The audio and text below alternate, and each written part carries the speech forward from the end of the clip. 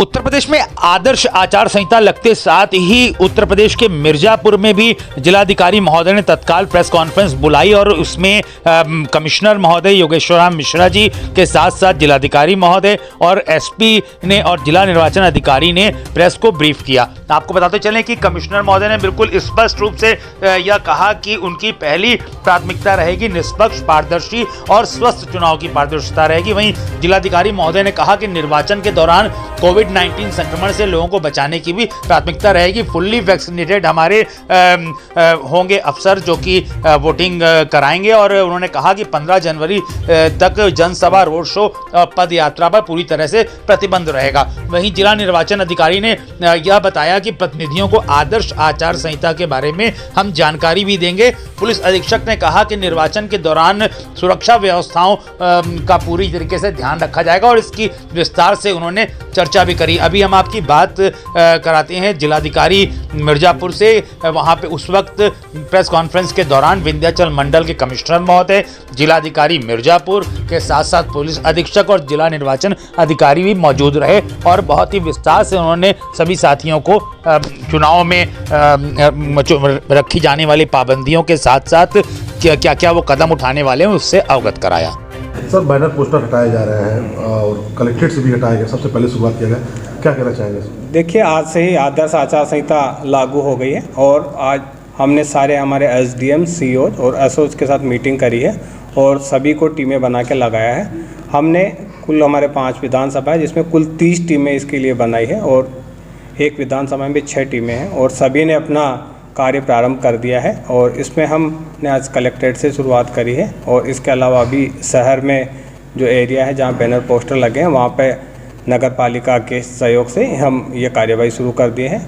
इसके अलावा हमारा ये प्रयास है कि अगले 24 से 48 घंटे के अंदर जितने भी ये प्रचार प्रसार सामग्री लगी हुई है उसको हटा करके जो भारत निर्वाचन आयोग की गाइडलाइन है और उसके जो आदर्श आचार संहिता उसका पालन कराया जाए। जो दीवारों पे सर पेंटिंग वोटिंग किए रहते हैं तो उसके लिए क्या गाइडलाइन है? उसको डिफेसमेंट करने का प्रोविज़न रहता है, उस पर कलर करके उसको मिटा दिया जाता है और हम प्रयास करते हैं कि अब जो उम्मीदवार है या जो पॉलिटिकल पार्टी है वो मिटा दें और अगर वो नहीं मिटाते तो अगर हम उसको मिटाते तो उनका जो व्यय है उनका उनसे वसूल किया जाना का नोटिस भेजा जाएगा और उनसे वसूल किया जाएगा। ठीक सर, थैंक यू। आपने प्रेस कॉन्फ्रेंस में बुलाया है, क्या आपकी रणनीति कैसी? आज भारत निर्वाचन आयोग द्वारा प्रेस कॉन्फ्रेंस की गई है और इसी के साथ उत्तर प्रदेश में चुनाव की घोषणा हुई है और आदर्श आचार संहिता लागू हो गई है और हमने इस पर कार्य भी शुरू कर दिया है।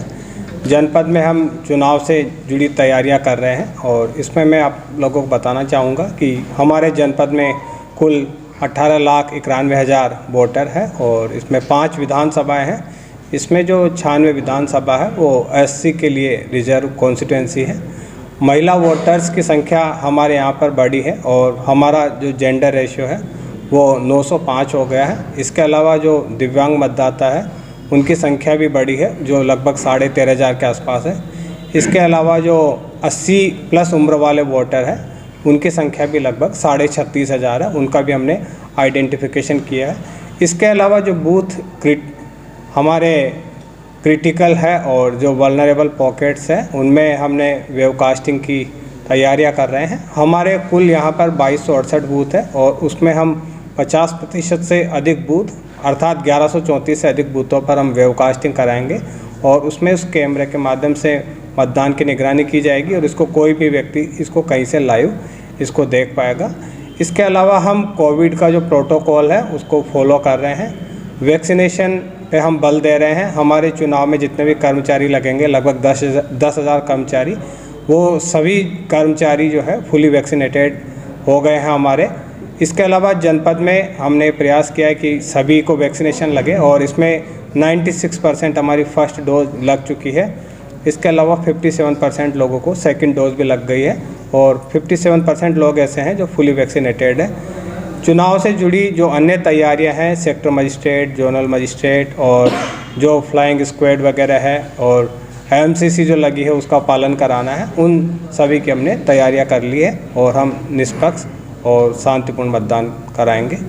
सोशल मीडिया पर जो विज्ञापन चलते हैं और लोकल जो मिर्ज़ापुर के चैनल होते हैं उसमें सोशल चलते हैं, उसके लिए क्या गाइडलाइन है? इसमें एक एमसीएमसी टीम होती है जो मीडिया मॉनिटरिंग के लिए होती है, जो पेड न्यूज़ को भी देखती है और सोशल मीडिया पे जो लोग भ्रामक प्रचार प्रसार फैलाते हैं या ऐसी चीज़ें फैलाते हैं जिससे वैमनस्यता या झगड़े की स्थिति उत्पन्न हो सकती है, तो उन पे वो निगरानी रखती है। और पुलिस की भी एक साइबर सेल होती है जो इस पे पूरी निगरानी रखती है, उसके माध्यम से हम निगरानी रखेंगे और अगर कोई इस तरीके के तथ्य प्रसारित करते हैं तो उनके खिलाफ कार्रवाई की जाएगी। कितने अधिकारी लगाए गए होंगे चुनाव में?